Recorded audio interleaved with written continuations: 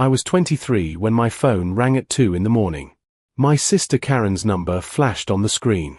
"Harold, I need you to promise me something," she whispered, her voice cracking. I could hear my niece Faith crying in the background. She was only 3 years old. "Promise you'll take care of her if anything happens to me." My chest tightened. Karen had always been dramatic, but something in her tone made my blood run cold. "What's going on? Where are you?" I demanded, sitting up in bed. She avoided the question. "Just promise me, Harold. Please." The next morning, she was gone. Vanished. Her apartment door was wide open, baby clothes scattered everywhere, and Faith was sitting on the couch clutching her stuffed rabbit, tears streaming down her face. The police filed a missing person report, but there were no signs of forced entry, no evidence of foul play. Karen's car was still parked outside. Her phone went straight to voicemail. Days turned into weeks. Weeks into months. Our mama was already gone. Breast cancer took her when I was 19, and our father had never been in the picture. It was just me and Karen against the world, and now it was just me and Faith. I moved her into my one-bedroom apartment in Atlanta, gave her my bed, and slept on the couch.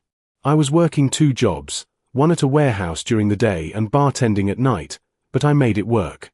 Faith needed stability, and I'd promised Karen I'd take care of her. The first year was brutal. Faith would wake up screaming for her mama every night, and I'd hold her until she fell back asleep, whispering stories about how brave she was. I enrolled her in a good daycare even though it cost half my paycheck. I learned how to do cornrows from YouTube videos, burned countless dinners trying to figure out how to cook for a kid, and somehow managed to keep us afloat. My friends stopped calling. They didn't understand why I couldn't go out anymore, why every dollar I earned went to diapers, groceries, and rent. "Man, you're 24, my homebeau Russell told me one night. "You're throwing your life away for a kid that ain't even yours." I cut him off after that. Faith was mine in every way that mattered. By the time she started kindergarten, we had a routine. I'd drop her off at 7, work my warehouse shift, pick her up at 3, help with homework, make dinner, give her a bath, read her a story, and then head to the bar to work until midnight. I was exhausted constantly, but watching Faith smile made it worth it. She called me Uncle Harold at first, but eventually, it became just Mark. She'd draw pictures of us, stick figures holding hands with my family written in crayon at the top. Those drawings went on the fridge, and every time I looked at them, I felt like maybe I was doing something right. When Faith turned 7, strange things started happening. I'd get text messages from unknown numbers, always blocked, always cryptic. "She's watching. You're doing a good job. Keep her safe." At first, I thought it was some sick prank. I changed my number twice, but the messages kept coming. They knew details about our life, what school Faith attended, what time I picked her up, even what she'd worn to her dance recital. I reported it to the police, but they said without a direct threat, there wasn't much they could do. The detective assigned to Karen's case, Detective Rawlings, had retired years ago. The case had gone cold. I hired a private investigator with money I'd saved for Faith's college fund, but he found nothing. It was like Karen had been erased from existence. Meanwhile, Faith was thriving. She made honor roll every semester, joined the dance team, and had a tight group of friends. She rarely talked about Karen anymore. She was too young when she left to remember much. Sometimes she'd ask, "Do you think my mama's coming back?" And I'd say, "I don't know, baby girl, but you'll always have me." The anonymous messages became white noise. I stopped letting them scare me. Whoever was sending them hadn't done anything to hurt us. Maybe it was someone who knew Karen, someone who felt guilty for not helping her. I convinced myself it didn't matter. What mattered was the little girl sleeping in the next room. It was a random Tuesday afternoon when my world imploded. I was scrolling through Instagram during my lunch break, watching mindless videos, when a suggested post popped up. The username was at kliving305, a random account I'd never seen before. But the woman in the photo made my heart stop. She was older, her hair was different, long braids instead of her natural curl, but I'd know that face anywhere. It was Karen. My sister. Alive. In Miami. smiling at the camera like she didn't have a care in the world. She was standing on a yacht with her arms around a man in designer sunglasses and a little boy who looked about 6 years old. The caption read, "Blessed with my forever family. 10 years of love and happiness. Miami life, family first, grateful." 10 years. She'd been gone for almost exactly 10 years. My hands were shaking so badly I almost dropped my phone. I clicked on her profile. It was public. There were hundreds of photos. Karen at expensive restaurants. Karen on tropical vacations. Karen in a mansion with marble floors and a chandelier. Karen celebrating birthday parties for the little boy, her son, apparently, named Julian. In every photo, she looked happy. Radiant. Like the past decade hadn't happened. Like faith didn't exist. I screenshot everything, my vision blurring with rage. Then I saw the most recent post from 3 days ago, a family photo at Disney World. The caption said, "My boys are my whole world." I couldn't breathe. My co-workers asked if I was okay, and I mumbled something about needing air before stumbling outside. I sat in my car and screamed until my throat was raw. 10 years. 10 years I'd sacrificed everything, my 20s, my freedom, my dreams of going to college, to raise her daughter.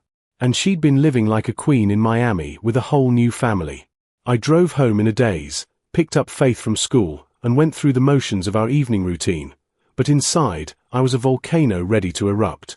That night, after Faith went to bed, I sent a message to @kliving305.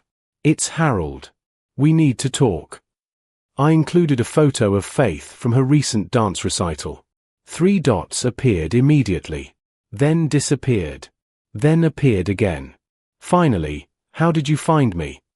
My fingers flew across the keyboard. "How did I find you? You're on a public Instagram account living your best life while your daughter thinks you're dead. What the hell is wrong with you?"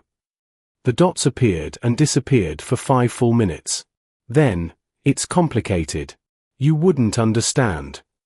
"Try me," I typed back, my rage boiling over. "You left a 3-year-old alone in an apartment. I've spent 10 years raising her. Do you have any idea what you put her through? What you put me through?" Another long pause. "I'll send you money. How much do you need?" I wanted to throw my phone across the room. "I don't want your money," I replied, my hands trembling. "I want answers. Why did you abandon your daughter?" The typing indicator appeared and disappeared several times before her response came through. "I was drowning, Harold. You don't know what it was like. I was broke, depressed, and Faith's father wanted nothing to do with us.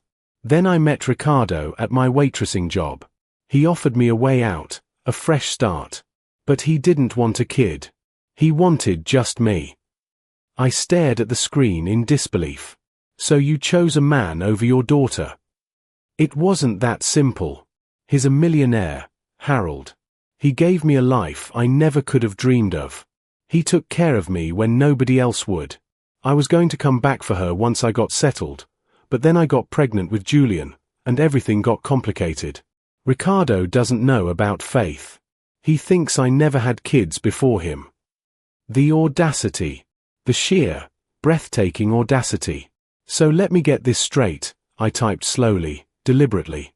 "You've been living in a mansion, taking yacht trips, and playing happy family while I've been working myself to death to keep your daughter fed, clothed, and educated. And you never once thought to reach out." "I sent those messages," she replied. "I was checking on her." Anonymous texts saying she's watching? That's not checking on your kid, Karen. That's stalking from a distance so you don't have to feel guilty. "You don't understand the pressure I was under," Karen wrote. "Ricardo's family is old money. They have expectations. If they found out I had a whole child I abandoned, they'd destroy me. I'd lose everything." Everything. I shot back. "You mean the mansion and the yacht?" Meanwhile, Faith had nothing except an uncle who was barely making rent. Do you know how many nights I went hungry so she could eat? How many times I couldn't afford her medication when she got sick? For the first time, she seemed to pause. Then, I can help now. I have access to money. Tell me what you need. I did the math in my head. 10 years of daycare, school supplies, clothes, food, medical bills, dance classes, birthday parties, Christmas presents. Not to mention the emotional toll, the therapy I'd needed but couldn't afford, the opportunities I'd given up. You owe me $300,000, I wrote. Maybe more. But this isn't about money. This is about you being a mother to your daughter. I can't, she replied. If I show up in her life now, Ricardo will ask questions. I'll lose my marriage, my home, everything. But I can send money through untraceable channels. $50,000 to start. Consider it back payment. $50,000. It was more money than I'd ever seen, but it felt like blood money. Still, Faith's college fund was empty because I'd spent it on the private investigator. This could change everything for her. I'll take the money, I finally typed. But this doesn't make us square. Not even close.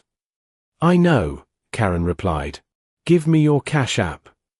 I sent it, and within minutes, $50,000 appeared in my account. I stared at the number, feeling sick.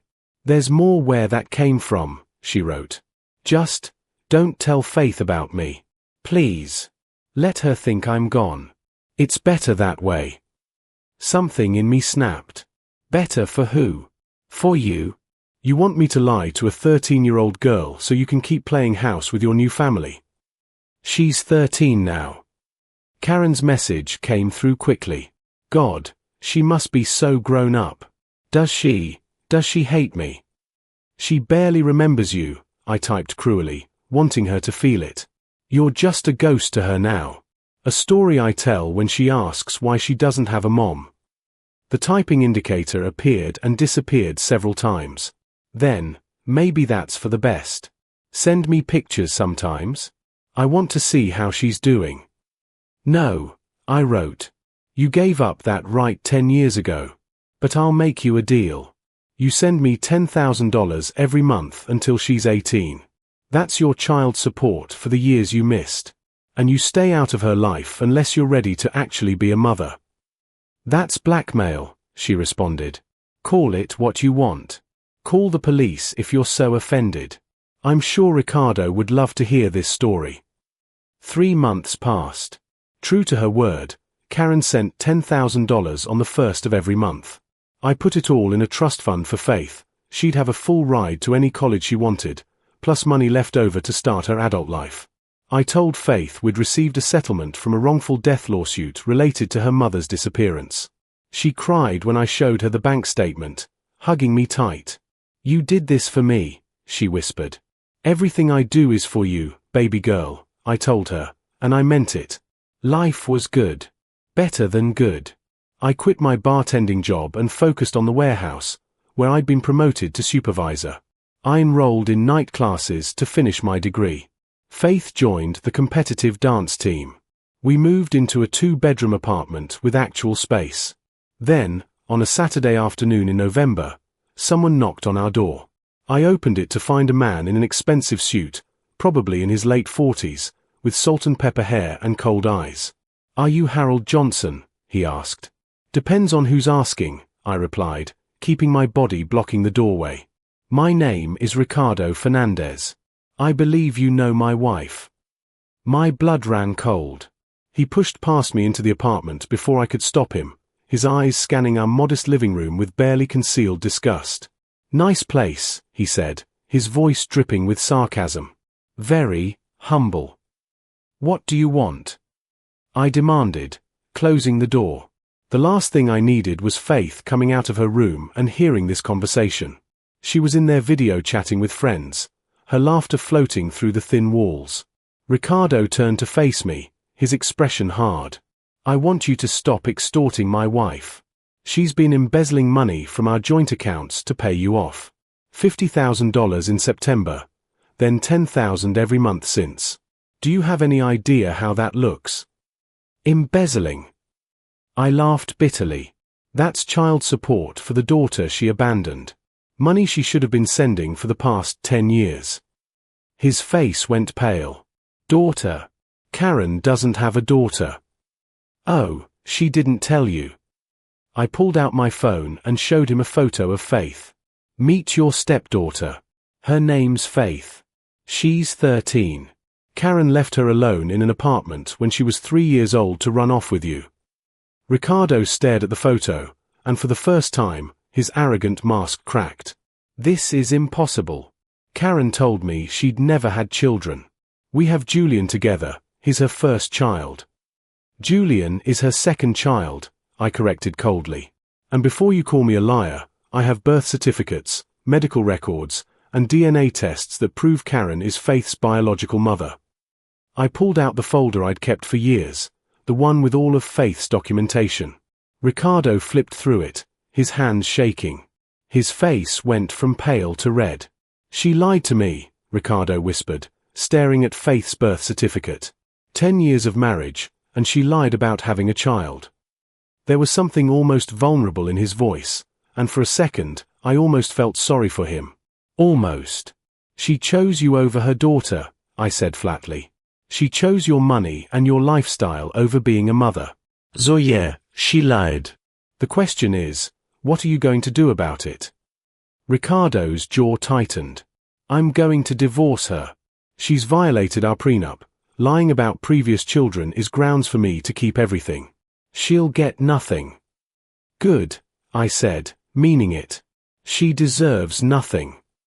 But you, he continued, turning his sharp gaze on me, are going to stop taking money from her. Effective immediately.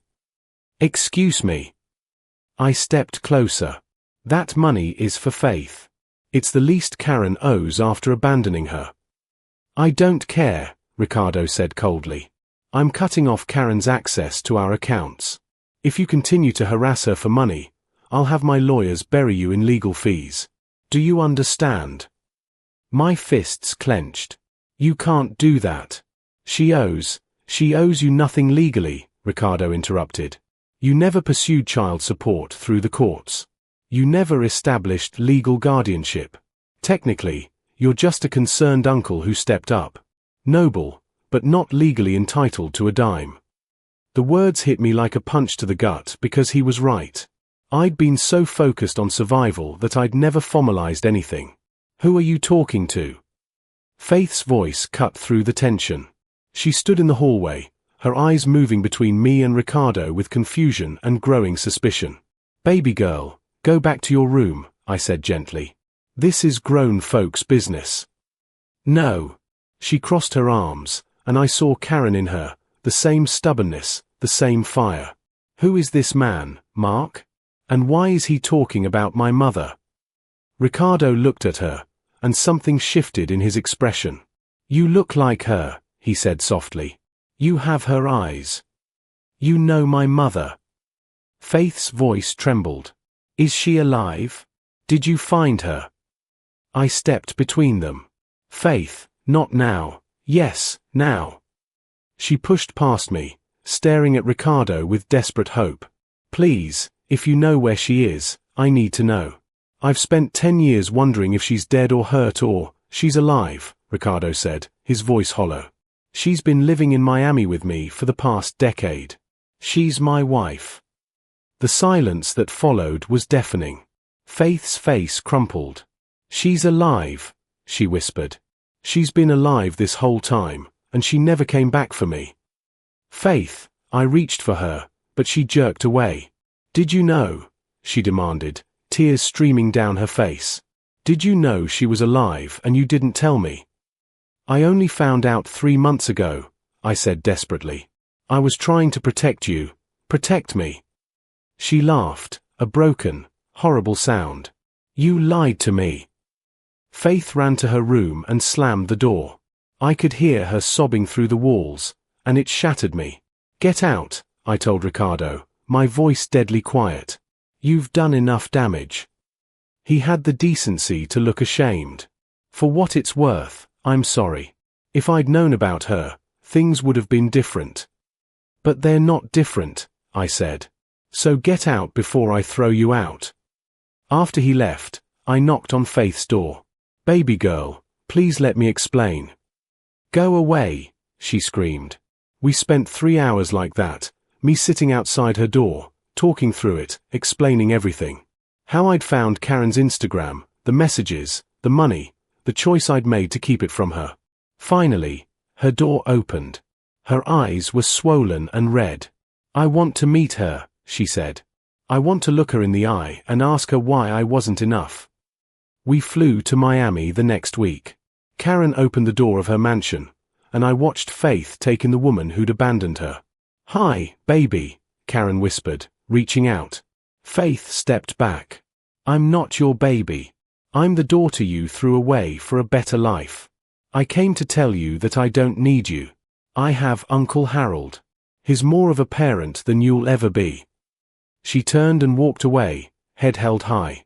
And I'd never been more proud. If you believe family means showing up, not running away when life gets hard, hit that subscribe button. Only manipulators like Karen won't subscribe. Comment "I stand with Harold" if you know that love is action, not words.